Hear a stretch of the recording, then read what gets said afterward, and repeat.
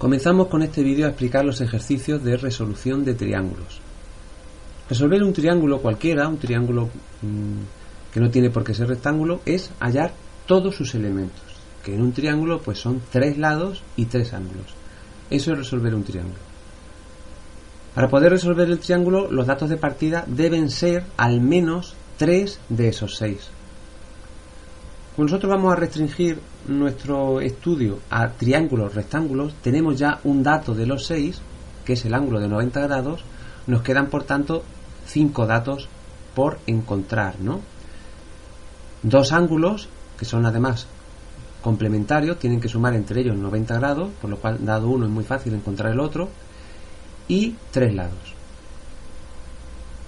Para poder resolver entonces un triángulo rectángulo, pues tenemos que partir de al menos 2 datos, y uno de ellos por lo menos debe ser un lado.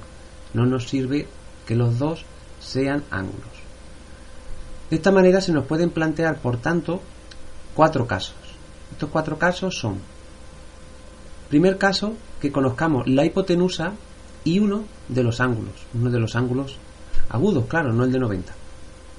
Otra posibilidad es que conozcamos un cateto y uno de los ángulos agudos. Estos 2 casos son bastante similares y se resuelven de una manera parecida. Tenemos ahora el tercer caso, en el cual lo que se conoce es la hipotenusa y uno de los catetos. Y en el cuarto caso, lo que se conocen son los 2 catetos. Estos dos casos, el tercero y el cuarto, también son parecidos entre ellos, y ahora veremos en qué se parecen. Bien, aquí lo decimos. En los casos 3 y 4 necesitaremos manejar la calculadora para buscar el ángulo dada la razón trigonométrica. Es decir, en los casos 3 y 4 no tenemos ninguno de los ángulos. ¿Cómo podemos nosotros encontrarlo? Pues a partir de alguna de las razones trigonométricas del ángulo. Es decir, nosotros vamos a saber cuál es el seno, cuál es el coseno, cuál es la tangente del ángulo, y a partir de ahí podemos saber cuál es el ángulo. Pero claro, esto es a la inversa de lo que nosotros estamos haciendo hasta ahora. Nosotros hasta ahora hemos conocido el ángulo y hemos calculado su razón trigonométrica, su seno, su coseno, su tangente. Y para estos 2 casos, para el tercero y cuarto, lo tenemos que hacer al revés. Vamos a intentar explicar esto un poquito más en detalle, porque a veces cuesta trabajo entenderlo, pero es muy sencillo. Vamos a explicarlo de una manera no muy rigurosa, pero creo que bastante efectiva. Si este es el conjunto de los ángulos y este es el conjunto de los números, vamos a suponer que aquí tenemos los ángulos, vamos a poner algunos, 30, 45 grados, 60 grados, y algún ángulo vamos a ponerlo también en radianes, pi medio. Si por ejemplo vamos a poner por ejemplo el seno, nosotros sabemos cuál es el seno de 30, 0,5, un medio, cuál es el de 45, cuál es el de 60 y cuál es el de pi medios. Si la calculadora está en radianes también debemos saber hacerlo, y de todos modos son ángulos para los que no nos debe hacer falta la calculadora para saber cuál es el seno.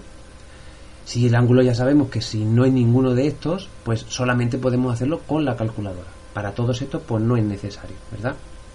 Bien, esta es la forma normal en la que nosotros hemos estado trabajando hasta ahora. Conocemos el ángulo y calculamos cuál es la razón trigonométrica. Para esta no hace falta la calculadora, pero podemos hacerlo también con ella.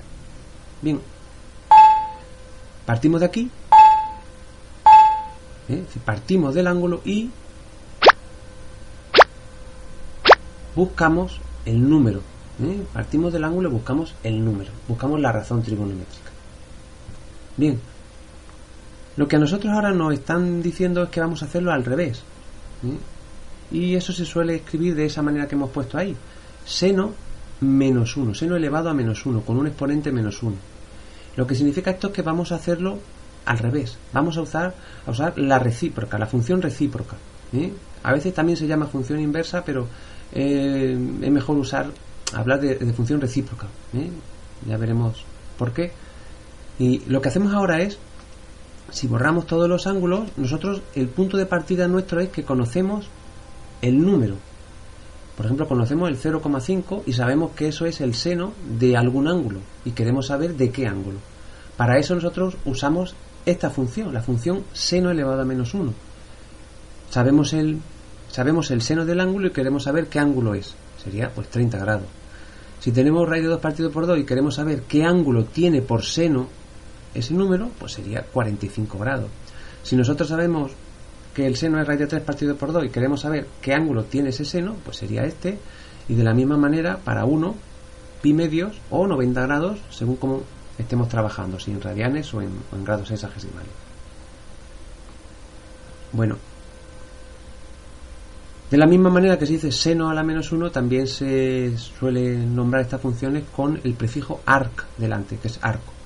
Arcoseno, arcocoseno o arcotangente. Y ahora lo que estamos haciendo es justo al revés, es decir, este es nuestro punto de partida, el conjunto de los números, y nosotros queremos llegar a saber qué ángulo le corresponde a cada uno de esos números. Estamos haciéndolo al revés.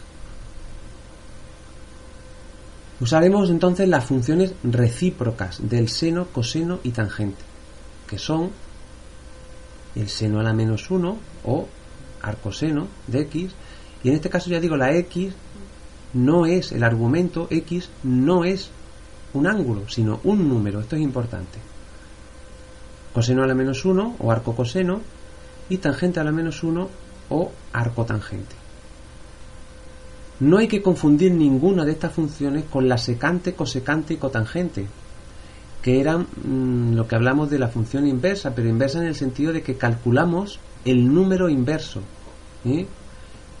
El argumento de la secante, de la cosecante y de la cotangente, el argumento sigue siendo un ángulo. Es decir, lo que nosotros ponemos para calcular la secante es un ángulo, calculamos la secante de un ángulo, la cosecante de un ángulo y la cotangente de un ángulo, pero nosotros no calculamos el arcoseno de un ángulo, sino de un número. Esto es importante y hay que reflexionar un poco sobre ello porque da lugar muchas veces a confusión.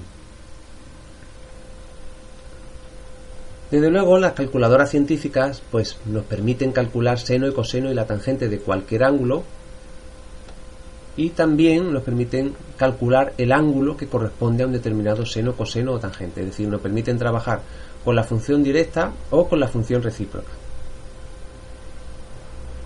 Las dos funciones están en la misma tecla. Normalmente, claro, para ahorrar espacio, pues las dos funciones están en la misma tecla.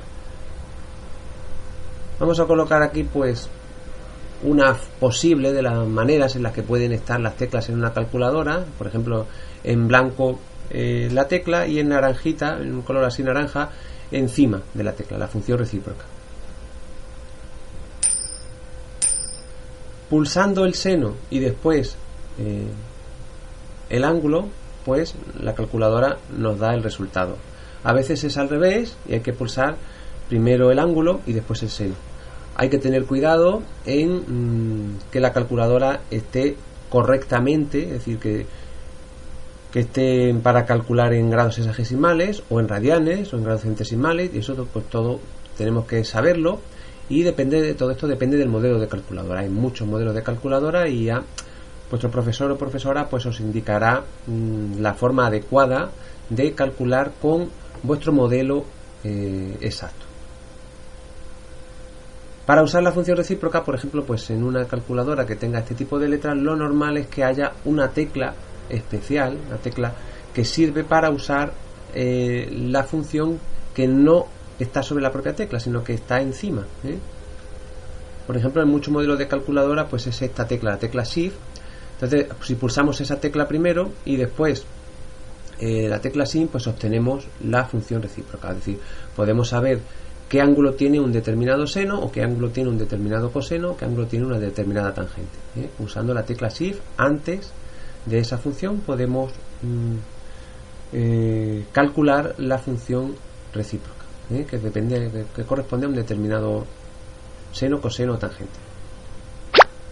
Pulsaríamos primero esa tecla y después esta. Bueno, esto es un poco referente a lo que es la calculadora, cómo se trabaja con la función recíproca. En cuanto al trabajo de los vídeos siguientes, pues vamos a usar un triángulo rectángulo como este, aunque a veces lo ponemos en otras posiciones. Si por ejemplo triángulo es como este, podemos nombrarlo de muchas maneras. Una forma posible pues es esa, poner A en el ángulo recto, B ahí y C ahí.